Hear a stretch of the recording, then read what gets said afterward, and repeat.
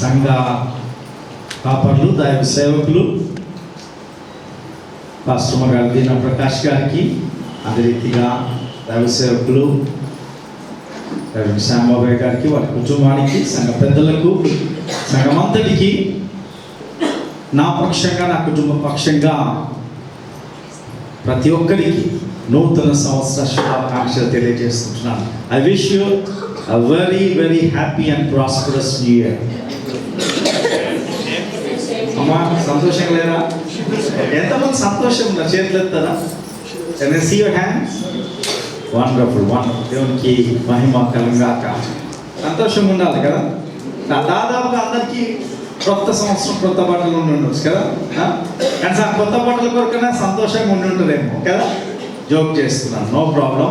దాదాపుగా ప్రతి ఒక్కరికి, దాదాపుగా ప్రపంచం అంతా కూడా మరి ఈ నూతన సంవత్సరాన్ని నూతనంగా జరుపుకోవడానికి ప్రయత్నం చేస్తుంటారు. మరి ప్రత్యేకించి ఈ సంఘానికి మరొకసారి రావడాన్ని బట్టి నేను దేవుని ఎంతగానో స్తుతిస్తుంటున్నాను. ఈ సంఘాన్ని గురించి లేదా ఈ సంఘం పేరు వినగానే నేను ఎక్కడికి వెళ్ళినా 3 ఇంగ్రీడియంట్స్ అంటాం కదా, వనరులు, దినుసులు అంటాం. ఆ దినుసులు ఈ సంఘం పేరులోనే ఉంటున్నాయి. ఒక దినుసు పేరు ఏంటంటే క్రీస్తు, రెండోది సువార్త, మూడోది మహిమ. అంటే ప్రతి సంఘంలో ఖచ్చితంగా ఉండాలి. క్రీస్తు కేంద్ర బిందువుగా ఉండాలి. రెండవది క్రీస్తు కలిగి ఉన్న ఆ సంఘంలో సువార్త ప్రకటించబడాలి, సువార్తకు ప్రాధాన్యత ఇవ్వాలి. మూడవది సువార్త కార్యక్రమం ద్వారా లేదా సువార్త ద్వారా ఆ సంఘము ద్వారా దేవునికి మహిమ కలగాలి. ఈ 3 ఉన్న సంఘము గాడ్ ఎక్స్పెక్టెడ్ చర్చ్. ఓకే, దేవుడు ఎదురు చూసే సంఘం. ఈ సంఘంలో ఈ 3 దినుసులు ఉన్నాయి కనుకనే లేదా ఉన్నాయి కనుక అది ఎదుగుతున్న సంఘంగానే భావిస్తుంటున్నాను. ఈ సమయంలో మరి దైవ సేవకులు క్రీస్తు సన్నిధిలో ఆనందిస్తున్న ప్రకాష్ గారిని నేను చూడలేదు కానీ జ్ఞాపకం చేసుకోవాలి కదా.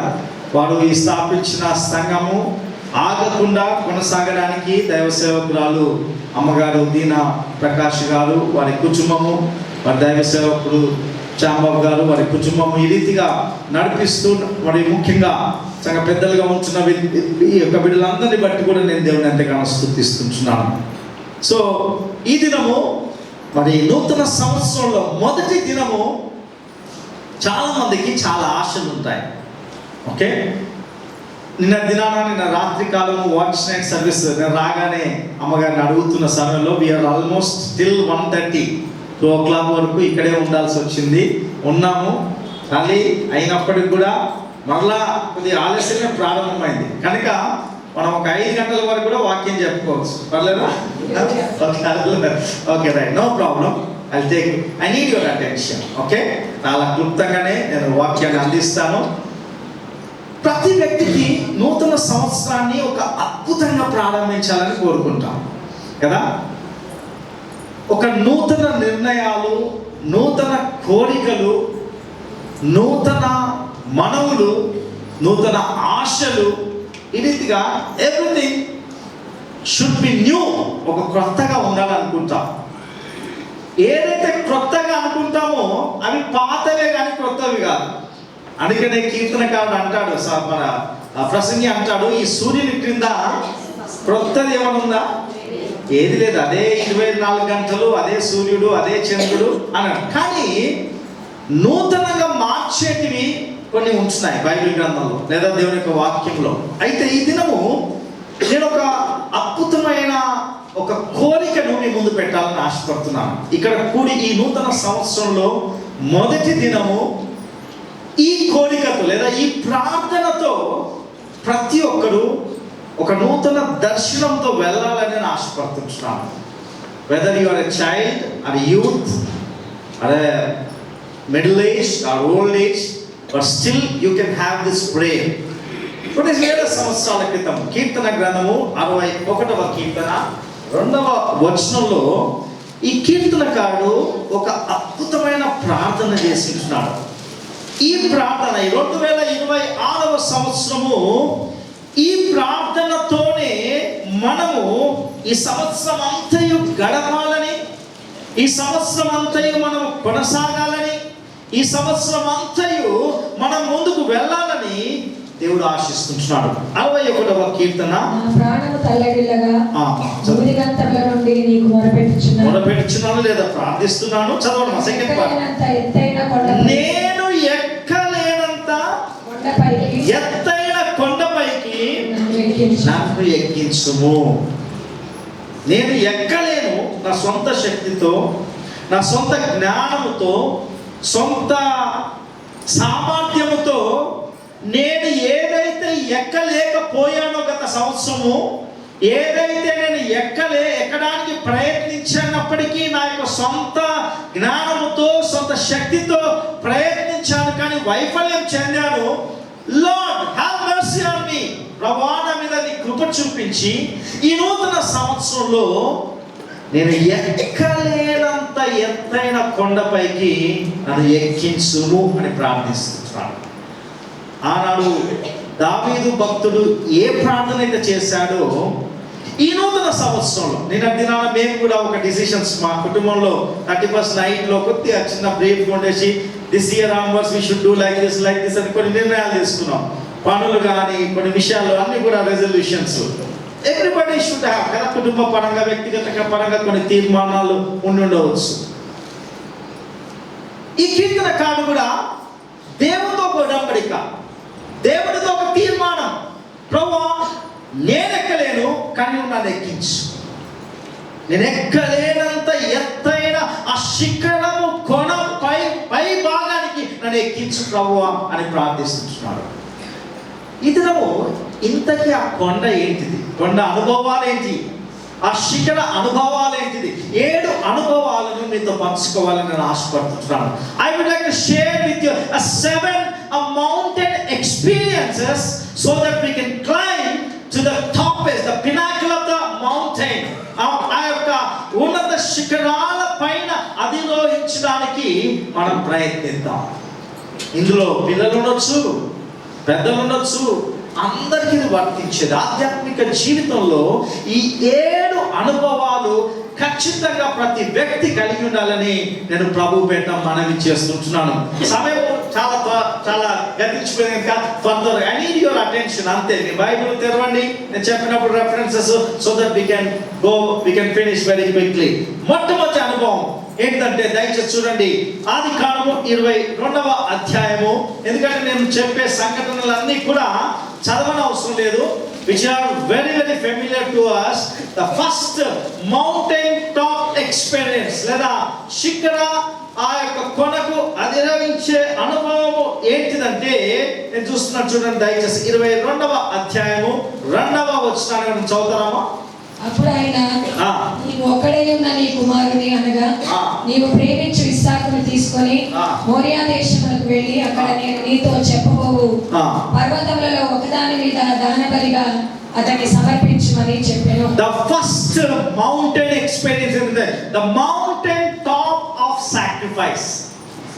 ఎక్కలేనంత ఎత్తైన ఈ కొండ మొదటి అనుభవం ఏంటిదంటే the mountain top of sacrifice. త్యాగము లేదా దేవునికి ఇచ్చే విషయంలో ఉన్నటువంటి మొట్టమొదటి అనుభవం. ఇక్కడ మీరు గమనించండి, what we can learn is ఏంటంటే, మీ అందరికీ తెలుసు అబ్రహాముకు 75 సంవత్సరాల వయసులో దేవుడు ఒక వాగ్దానం చేశాడు. ఏమన్నాడు? నేను నీకు కుమారుని ఇస్తానన్నాడు. కుమారుని ఇస్తాననగానే దాదాపుగా ఏం చేస్తారంటే వెంటనే ఎక్స్పెక్ట్ కదా, దేవా నువ్వు ఎప్పుడు ఇస్తావు. కానీ విచిత్రం తెలుసా, ఆయనకు కుమారుడు కలిగించడానికి ఎంతకాలం అని చెప్పండి? 25 years, 100 years, 100 సంవత్సరాల వయసు. అంటే సాధారణంగా మనకు పెళ్ళైతే ఒక దంపతులు కాగానే పెళ్ళైతే ఏం చేస్తారండి?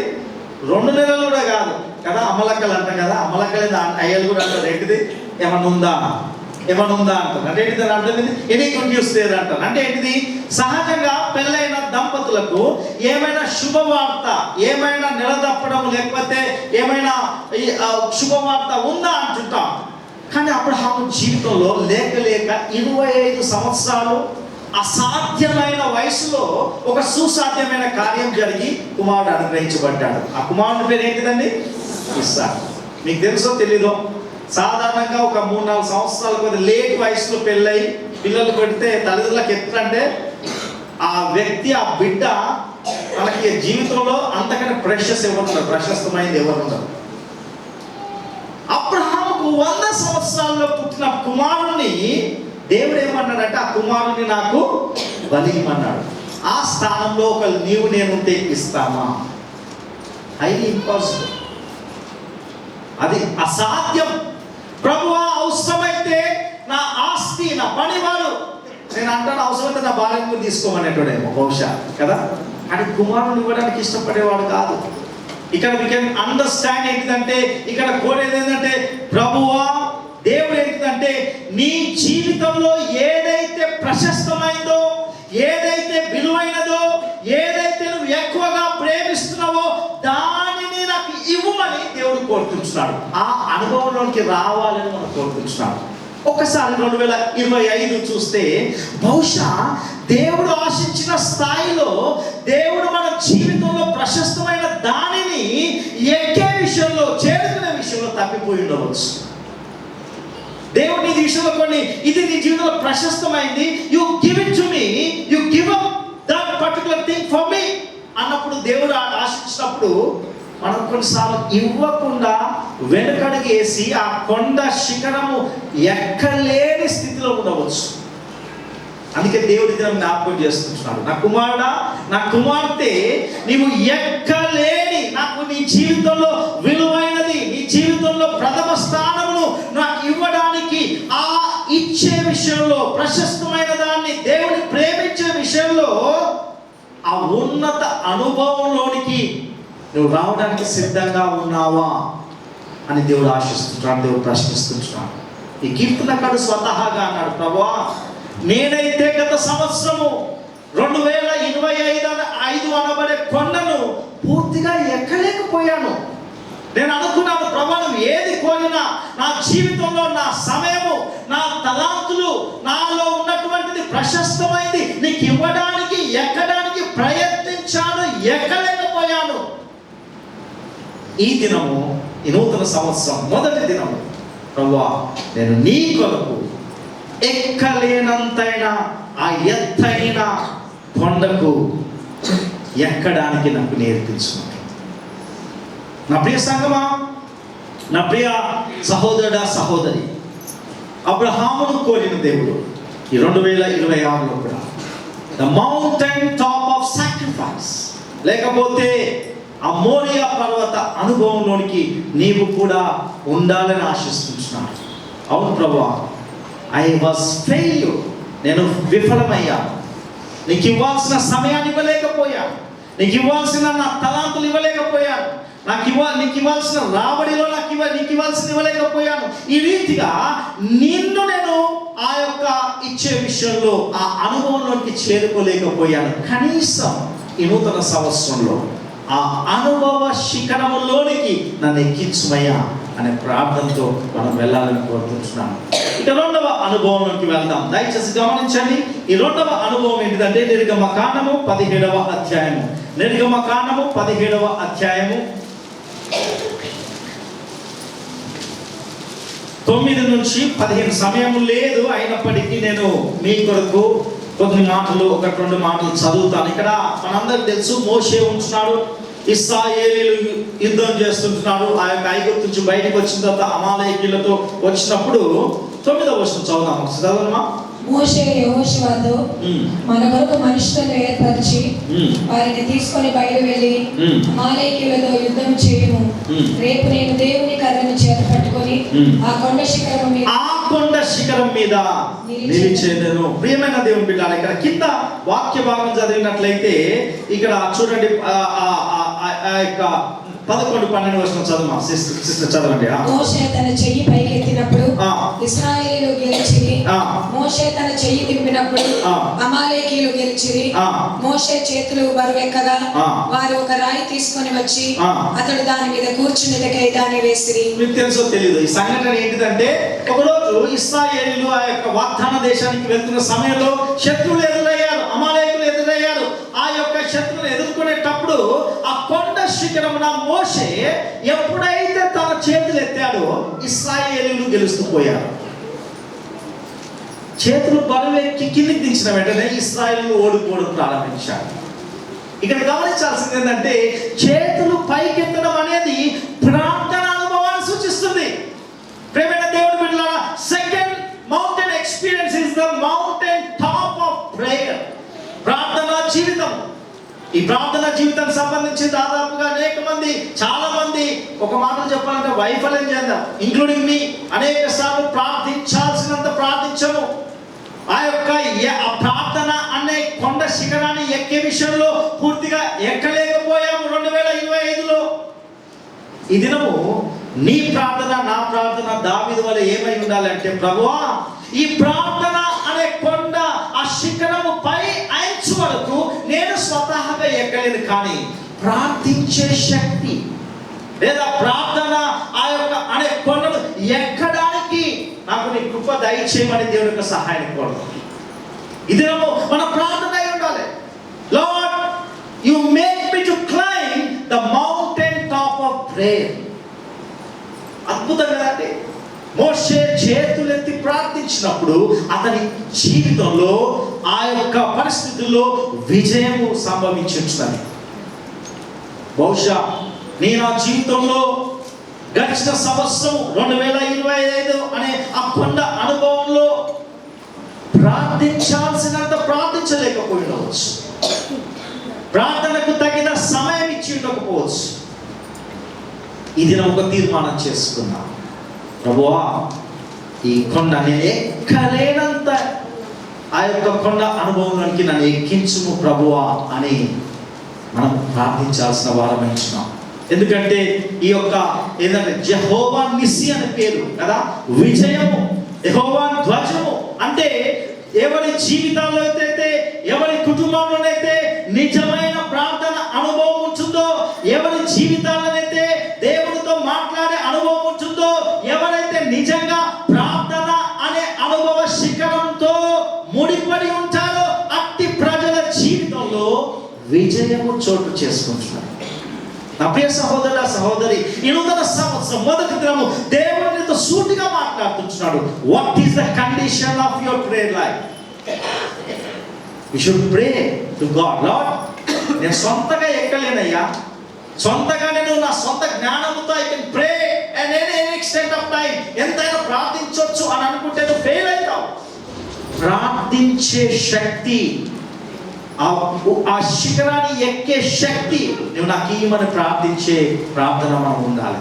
ఈ దినము నువ్వు దేవుడికి నీ విలువైనది, ప్రశస్తమైనది ఇచ్చే కొండ అనుభవంలోకి చేరాలి. రెండవది, దేవుని సన్నిధిలో ప్రార్థించే అనుభవం కూడా నీకు ఉండాలి అని నేను జ్ఞాపకం చేస్తూ ఉంటున్నాను. ఇక మూడవ అనుభవాన్ని నేను మీకు జ్ఞాపకం చేస్తుంటున్నాను. మూడవ అనుభవము నిర్గమకాండంలో చూడండి, 34వ అధ్యాయము. నిర్గమకాండము 34వ అధ్యాయము 4వ వచనం చూడండి. కాబట్టి అతడు మొదటి పలకల వంటి 2 రాతి పలకలను చెక్కెను. మోషే తనకు యెహోవా ఆజ్ఞాపించినట్లు ఉదయమందు పెందలకడ లేచి ఆ 2 రాతి పలకలను చేత పట్టుకొని సీనాయి కొండ ఎక్కగా. ఓకే, మీకు అందరికి తెలిసి కాంటెక్స్ట్ ఏంటిదో కదా. మోషేకు దేవుడు ఆజ్ఞాపించాడు, come on Moses, climb on to the mount Sinai. Sinai పర్వతం మీదకి నువ్వు ఎక్కు. ఈ అనుభవాన్ని నేను ఏమంటానంటే the mountain top of character, you know, సౌశీల్యము, గుణము అనే శిఖరాన్ని ఎక్కాలి. ఇది ఎలా సాధ్యమవుతుంది తెలుసా? మోషే చేతిలో 2 పలకలు ఉన్నాయి. ఏంటి అండి 2 పలకలు? 10 కమాండ్మెంట్స్, 10 ఆజ్ఞలు. దీనికే ఇంకొక మాట ఏంటిదంటే దేవుని వాక్యం ఉంటుంది. The word of God in the hands of Moses.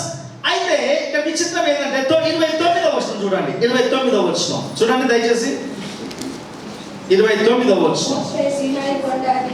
మోషే సీనాయి కొండ దిగుచుండగా శాసనములు గల ఆ 2 పలకలు మోషే చేతిలో ఉండెను. అతడు ఆ కొండ దిగుచుండగా, జాగ్రత్తగా గమనించండి, అతడు యెహోవా కొండ దిగుచుండగా ఆయన అతనితో మాట్లాడుచున్నప్పుడు తన ముఖ చర్మము ప్రకాశించిన సంగతి మోషేకు తెలిసిండలేదు. 30 వచనంలో అంటాడు చూడండి, అతని ముఖ చర్మము ప్రకాశించను కనుక వారు అతని సమీపింపవెరచిరి. Did you notice the point? మోషే ఎన్ని రోజులు గడిపాడండి దేవునితో? ఎన్ని రోజులు గడిపాడు? 40 పగళ్ళు 40 రాత్రులు. No food, no water, nothing. He was with the Lord. He was with the word of God.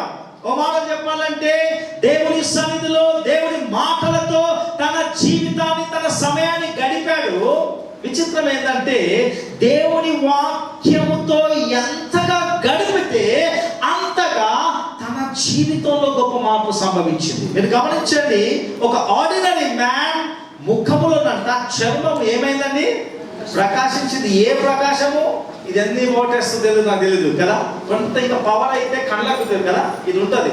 అంటే నేను అనుకుంటాను మోషేను దగ్గరికి వచ్చి ఇట్లా అయిపోయాడు మొత్తం కదా, మనుషులు ఇట్లా అయిపోయాడు అంటే that much powerful వాట్స్ తో కూడుకున్నప్పుడు అంత ప్రకాశించింది. That only comes to the word of God.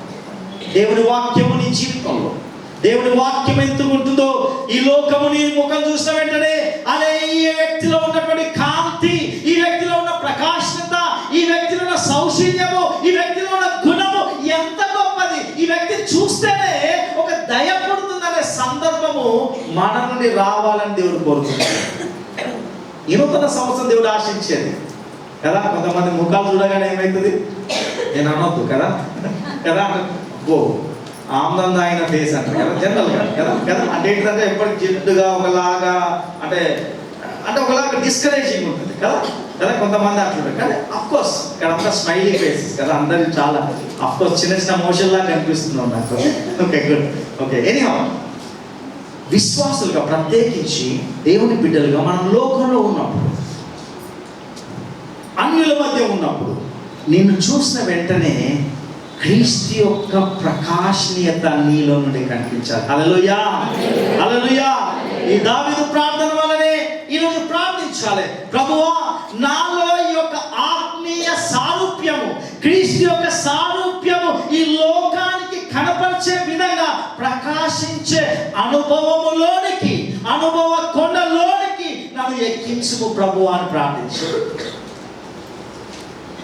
ఈ మధ్యాహ్న కాల సమయంలో బహుశా గత సంవత్సరం అంతా కూడా మనము మన జీవితాలు ఎంతవరకు ప్రకాశించాయో, ఎంతవరకు మన సౌశీల్యము క్రీస్తు కొరకు సాక్షిగా ఉన్నాయో మనకు తెలియదు. ఈ దినం ప్రశ్నించుకుందాం. నేను అంటాను దేవుడు ఆశించేదాన్ని that comes only through the word. మొదటి అనుభవము నీలో ఉన్న ప్రశస్తమైనది దేవునికి ఇవ్వడం ద్వారా వస్తుంది. రెండవ అనుభవము ప్రార్థన ద్వారా వస్తుంది. మూడవ అనుభవము దేవుని యొక్క వాక్యం ద్వారా వస్తున్నది. దేవుని వాక్యాన్ని దినము గమనిద్దాం. చాలాసార్లు దేవుని వాక్యం చదివే విషయంలో కూడా మనం తప్పిపోతుంటాం. ఒక సమయం, ఒక డిసిప్లిన్ ఉండదు. It is true many times. ఈ దినము మనకు జ్ఞాపకం చేయాలి, ప్రతిరోజు దేవుని వాక్యముతో నువ్వు గడపగలిగితే దేవుని సారూప్యములోనికి నువ్వు అంతగా మార్చబడతావు.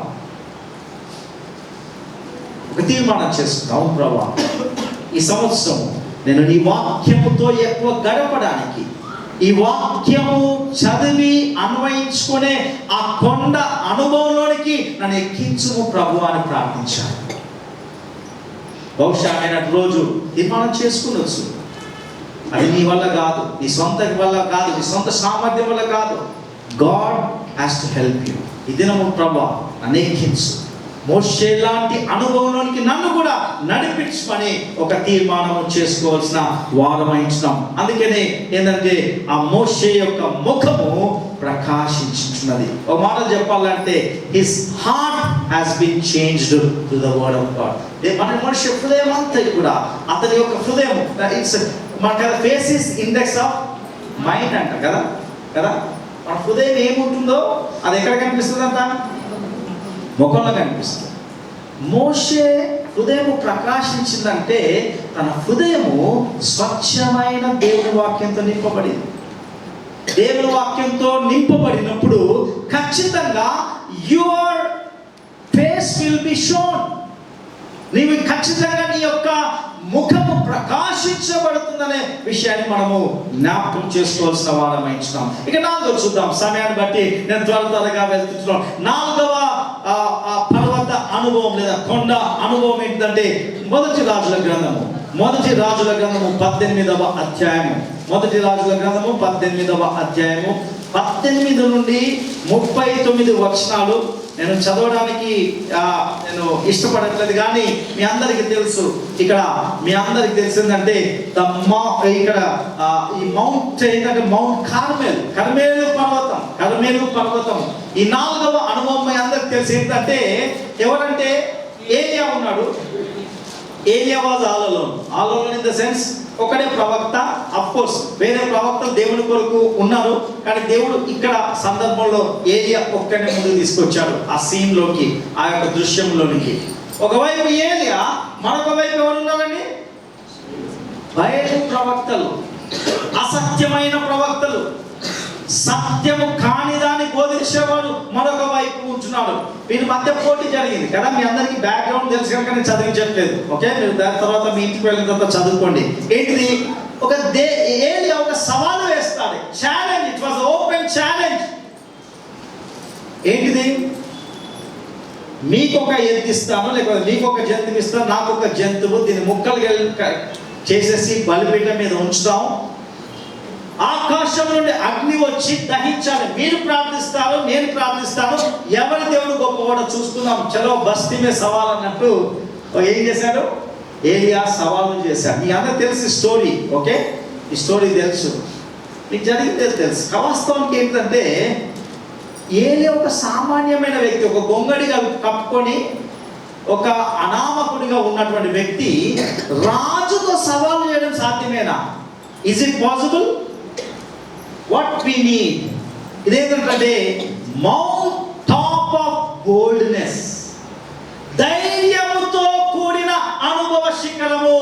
లేకపోతే మాట చెప్పాలంటే ఒకటి సాక్ష్యం ఇచ్చే విషయంలో, దేవుడి కొరకు నిలబడే విషయంలో ఒక ధైర్యము కలిగిన కొండ అనుభవంలోనికి రావాలని మనం ప్రార్థించాలి. గత సంవత్సరము మనకు కూడా కొన్నిసార్లు పరిస్థితులు రావచ్చు కదా. ఏంటిదంటే కొన్ని చోట్ల మనం యూజువల్గా బై డిఫాల్ట్ వీఆర్ మైనారిటీ కదా, మనం మైనర్ పీపుల్ కదా. 100 మందిలో ఒక్కడమే ఉంటాం క్రైస్తవుడు అంటే జనరల్గా, లేకపోతే 3 ఉంటారు అంటారు, ఓకే రైట్? 3% అంటారు, ఓకే? మనము ఒక 10 మందిలో దీన్నే తీసుకుంటే ఒక 10 మందిలో 9 మంది ఒకవైపు ఉంటారు, నువ్వు ఒకవైపు ఉంటారు. కొన్ని చోట్ల ధైర్యంగా నిలబడే శక్తి ఉండదు కదా, ఎందుకంటే మెజారిటీ. కొన్ని చోట్ల మనం ఉద్యోగం చేసి పని చేసే చోట్ల కావచ్చు, మనం ఇరుగు పొరుగు వాళ్ళు కావచ్చు, కొన్నిసార్లు కొంతమంది ఉన్న సమయంలో సత్యం కొరకు నిలబడే విషయంలో ధైర్యం ఉండకపోవచ్చు. 2025 అనే కొండ అనుభవంలో ఈ ధైర్యంగా నిలబడే విషయంలో పూర్తి స్థాయిలో దేవుడు ఆశించిన స్థాయిలో ఎక్కలేకపోయి ఉండవచ్చు. అప్పుడు నా పిల్లలు అంటుంటారు కాలేజ్లో, ఈవెన్ ప్రొఫెసర్స్ అని లెక్చరర్స్ కూడా ది మేక్ ఫన్ ఆఫ్, అరే మీరు ఏంటిదిరా మీరు ఇట్లా కొన్ని ఫన్గా మాట్లాడుతుంటారు లెక్చరర్స్. వాళ్ళు కూడా పాప పిల్లలు కదా, they cannot face the things కదా, okay? It may happen to everybody కదా. అంటే వాళ్ళు ఒక వ్యంగ్యంగా అవమానకరంగా ఉన్నప్పుడు మేము ఏం చెప్పాలి కొన్నిసార్లు వాళ్ళకు అంత పూర్తి ధైర్యం ఉండకపోవచ్చు, అంత మెచ్యూర్ ఉండకపోవచ్చు. కొన్నిసార్లు మనము మన ఇరుగు పొరుగు వారితో పరిస్థితుల్లో దేవుని కొరకు మనకు తెలిసిన దాన్ని ధైర్యంగా చెప్పే విషయంలో సాహసం చేయకపోయినవచ్చు. ఇది దేవుడు మనకు జ్ఞాపకం చేస్తున్నానంటే, ప్రభువా నేను సాక్ష్యం ఇచ్చే విషయంలో, నీ కొరకు ధైర్యంగా నిలబడే విషయంలో, ఈ లోకమంతా ఏకమైనప్పటికీ నేను నీ పక్షంగా, బలవంతుడైన నీ ఎదుట, నీ పక్షంగా వారి ఎదుట నిలబడే ధైర్యంగా ఉండే ఆ కొండ అనుభవానికి నన్ను ఎక్కించమని ప్రార్థిద్దాం. హల్లెలూయా. ఈ నూతన సంవత్సరంలో దేవునితో మాట్లాడుతున్నాడు. You are very good, I know. వ్యక్తిగతంగా మనకు మంచిది, సాక్ష్యం చెప్పాలి, లేకపోతే మనం ధైర్యంగా ఉండాలి అని తెలుసు. కానీ కొన్నిసార్లు మనం పూర్తి స్థాయిలో ధైర్యంగా ఉండలేకపోయి ఉండవచ్చు. నా ప్రియమైన దేవుని బిడ్డలారా, ఈరోజు మరి దేవుడు మనతో మాట్లాడుతున్నాడు. ఈరోజు దేవుడు మనతో మాట్లాడుతున్నాడు. ఈ సాక్ష్యం ఇచ్చే అనుభవంలోనికి నీవు నేను ఎక్కవలసిన వారమైంటున్నాం. సమయాన్ని బట్టి త్వరగా వెళ్తున్నాను. ఇక 5వ అనుభవంలోనికి, మా 5వ అనుభవంలోనికి ఏంటిదంటే, దయచేసి అదే మొదటి రాజుల గ్రంథము 19వ అధ్యాయము 8 నుండి 18 వచనాలు. 8 నుండి 18 వచనాలు. ఇక్కడ మనకు తెలుసు కొంత సీన్ రివర్స్ అయిపోయింది కదా. అంతవరకు ధైర్యంగా ఉన్న వ్యక్తి ఒక్కసారి ఏమైపోతాడు, చెప్పబడిపోయాడు. ఏంటిది? యెజబెలు ఉన్న వాళ్ళందరినీ, ఆ యొక్క బయలు ప్రవక్తలందరినీ చంపించేసిన తర్వాత, ఎవరు ఏలియా చంపించిన తర్వాత, అంతవరకు రోషం కలిగి ధైర్యంగా ఉన్న వ్యక్తి జీవితంలో కొన్నిసార్లు ఏమైంది? నిరుత్సాహం ఏర్పడింది. ఏర్పడి ఏం చేస్తాడు? భయపడి దూరంగా వెళ్ళిపోయాడు. లేకపోతే పిరికి పందగా ఉంటున్నాడు. అక్కడికి ఏమంటాడంటే, ఆ యొక్క 8వ వచనంలో అంటాడు ఏంటి? ఆ యొక్క వచ్చిన తర్వాత, ప్రభువా నేను నీ కొరకు రోషం కలిగిన వాడినై ఒక్కడు మాత్రమే మిగిలి ఉన్నాను అంటూ ఒకలాగా కృంగిపోయిన స్థితిలో ఉన్నాడు. నీకోసం నిలబడితే ప్రభువా, నీకోసం సాక్ష్యం ఇస్తే, నీకోసం సత్యం కొరకు నిలబడితే, ఇదేంటి ప్రభువా? కొన్ని అనుభవాలు మనకు కూడా వస్తాయి కదా. దేవుని కొరకు నిలబడ్డప్పుడు we need to pay the price. గమనించండి, కొన్నిసార్లు వెల చెల్లించాలి. Discipleship is nothing but paying the price. వెల చెల్లించాలి. ఆ వెల చెల్లించడం అనేది కొన్నిసార్లు అవమానాలు కావచ్చు, కొన్నిసార్లు ద్వేషం కావచ్చు, కొన్నిసార్లు మానసిక టెన్షన్ కావచ్చు, ప్రెషర్స్ కావచ్చు, ఈ రకరకాల శ్రమ అనుభవాలు, just because you are standing for the truth. అప్పుడు ఏమేర్పడుతుందంటే, మన మనుషులం కనుక నిరుత్సాహం ఏర్పడుతుంది. ప్రియమైన దేవుని బిడ్డలారా, మీకు ఒక మాటను గమనిస్తాను. ఇక్కడ దయచేసి ఒక మాట గమనించండి. 8వ వచనంలో చదువుతారమ్మా దయచేసి. 8వ వచనం. అతడు లేచి భోజనం చేసి ఆ భోజనపు బలము చేత 40 రాత్రింబగళ్ళు ప్రయాణము చేసి దేవుని పర్వతమని పేరు పెట్టబడిన హోరేబునకు వచ్చెను. ఇక్కడ మీరు గమనించండి, దీనికి నేనేం పేరు పెట్టానంటే, the mountain top of encouragement. బహుశా గత సంవత్సరము కొన్ని పరిస్థితులు, కొన్ని శ్రమలు, కొన్ని విషయాలు నేను కృంగ చేసేవిగా ఉండేవచ్చు. నువ్వు హైలీ యు ఆర్ డిసప్పాయింటెడ్, నిరుత్సాహపడి ఇక నా జీవితంలో నేను ఇక బయట పడలేమో అన్న స్థితిలో నువ్వు కృంగిపోయి ఉండవచ్చు. దేవుడు ఏమంటున్నాడంటే, ఐఎమ్ హియర్, నేనున్నా. ఈ ప్రోత్సాహం లేదా ప్రోత్సాహపరిచే కొండ అనుభవంలోనికి నేను నడిపించడానికి దేవుడు సిద్ధంగా ఉంటున్నాడు కనుక, ప్రభువా, yes I was in a state of discouragement, please you climb me, you lead me to climb to the top of the mountain top of encouragement. ప్రోత్సాహకరమైన కొండ అనుభవములోనికి నన్ను ఎక్కించుము అని ప్రార్థన చేద్దాం. బహుశా 2025లో ఎన్నో ఆశించాం, నా జీవితంలో ఇది జరగాలి, ఉద్యోగం రావాలి, సీట్ రావాలి, ఈ యొక్క కోర్సు రావాలి, లేదా వివాహం కావాలి, పిల్లలు కావాలి. ఈ రీతిగా రకరకాల పరిస్థితుల్లో నువ్వు ఉండి అవి దొరకనప్పుడు, చేరుకోలేనప్పుడు, పొందుకోలేనప్పుడు ఖచ్చితంగా నీ జీవితంలో నిరుత్సాహం ఆవరించి ఉండవచ్చు. ఈ మధ్యాహ్న కాల సమయంలో పరిశుద్ధాత్మ దేవుడు నీతో మాట్లాడుతున్నాడు. నిన్ను ప్రోత్సాహపరిచే దేవుడు ఉంటున్నాడు. He wants to start this year with an experience called encouragement, the mountain top of encouragement. ప్రోత్సాహపరిచే ఒక కొండ అనుభవంలోనికి నేను నడిపించడానికి సిద్ధంగా ఉంటున్నాడు. ఒకనొక భక్తుడు అంటున్నాడు ఏంటంటే, you are never closer to God than when you are hurt or frightened. అంటే నువ్వు కొన్ని పరిస్థితులు బెదిరించబడినప్పుడు, గాయపరచబడినప్పుడు కంటే అప్పుడే నువ్వు దేవునికి అత్యంత సన్నిహితంగా మార్చబడి ఆదరించబడతావు అని ఆ యొక్క మాటలు చెప్పబడించాను. అందుకే అంటాడు ఏంటంటే, మొదటి పేతురు పత్రికలో పేతురు భక్తుడు అంటాడు, ఫస్ట్ సఫరింగ్ దెన్ గ్లోరీ. నీ జీవితంలో శ్రమలు, నీ జీవితంలో కొన్ని కృంగిపోయిన అనుభూతులు ఎందుకంటే ఆధ్యాత్మిక పరిపక్వతలను నడిపిస్తుంది. నేను దినవాసన సర్వీస్లో నేను బోధించాను ఏంటంటే శ్రమలు నేను ఆధ్యాత్మిక పరిపక్వతలోకి నడిపిస్తాయి. I teach in the TV కార్యక్రమాలు నేను బైబిల్ స్టడీ చేస్తుంటాను. జీ తెలుగు ఛానల్, శుభవార్త ఛానల్, కల్వరి ఛానల్లో దాదాపుగా వారం 5 రోజులు దేవునికి వాక్యం వస్తుంటుంది. దయచేసి kindly watch in the morning 6 o'clock, శుభవార్తలో 7:30కి వస్తుంటున్నది. ఈ మధ్య కాలంలో తెస్సలోనిక గ్రంథం బోధించున్నాడు. పౌలు తెస్సలోనిక సంఘానికి అంటాడు, అయ్యా శ్రమలు నిన్ను ఆధ్యాత్మిక పరిపక్వతని నడిపిస్తాయి కనుక నువ్వు భయపడకుమంటాడు ఆ సంఘాన్ని. ప్రతి శ్రమ అనుభవము నిన్ను ఒక ఉన్నత శిఖరానికి నడిపిస్తాయి, ప్రోత్సహించేవిగా ఉంటాయి. దేవుడు నిన్ను ప్రోత్సహిస్తున్నాడు. ఈ ఉదయకాలము బహుశా ఏ బాధతో, ఏ శ్రమతో, ఏ ఇబ్బందితో కృంగిపోయి ఈ యొక్క మందిరానికి వచ్చావేమో. ప్రభువా నా జీవితంలో మార్పు లేకుండా వచ్చాను అన్న ఆలోచనతో వచ్చిండవచ్చు. దేవుడు ఇంత సూటిగా మాట్లాడుతున్నాడు. నిన్ను ప్రోత్సహపరిచే ఆ కొండ అనుభవంలోనికి మార్చడానికి దేవుడు సిద్ధంగా ఉంటున్నాడు. కాలవ అనుభవంలోనికి వెళ్దాం.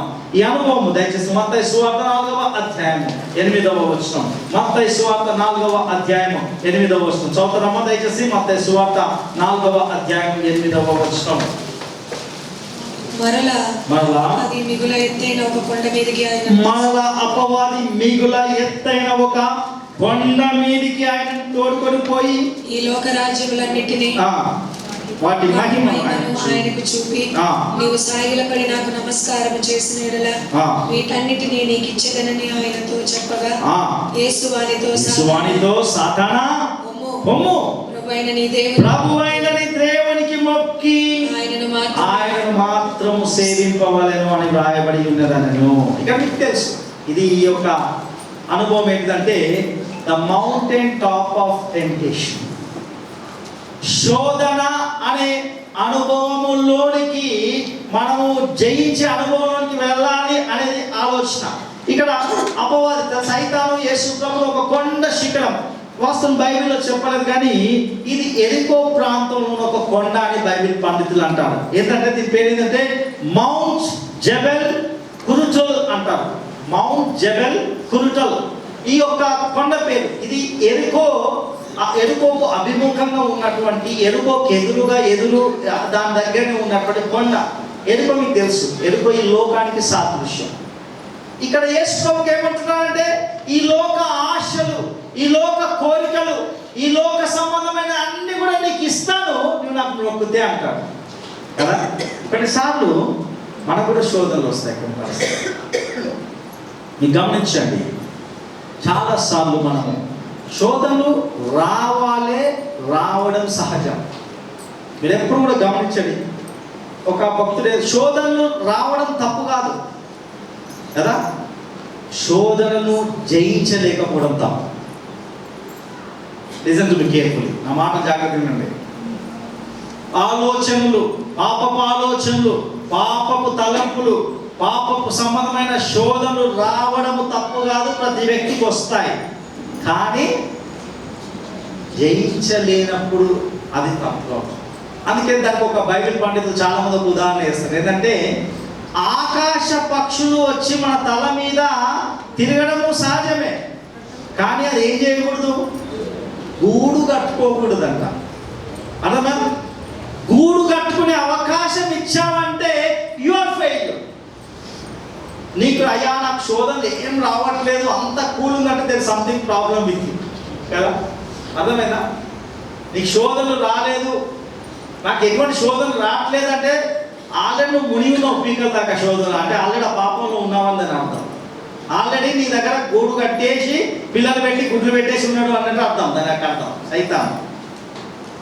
ఇది నాకు చాలా మటుకు ఏంటంటే మనం గమనించాల్సిన విషయం ఏంటంటే we should be faithful to God so that God will not be ashamed. ఇక్కడ ఈ కొండ అనుభవంలో మనం గమనించాల్సిన విషయం ఏంటంటే మీరు దేవునికి నమ్మకంగా ఉండాలి. ఇక్కడ ప్రభువైన యేసుక్రీస్తు వారు మనకు మాదిరికరంగా ఉంటున్నాడు. ఈ కొండ అనుభవంలో శోధన వచ్చింది, కానీ తను దాన్ని తిప్పికొట్టాడు.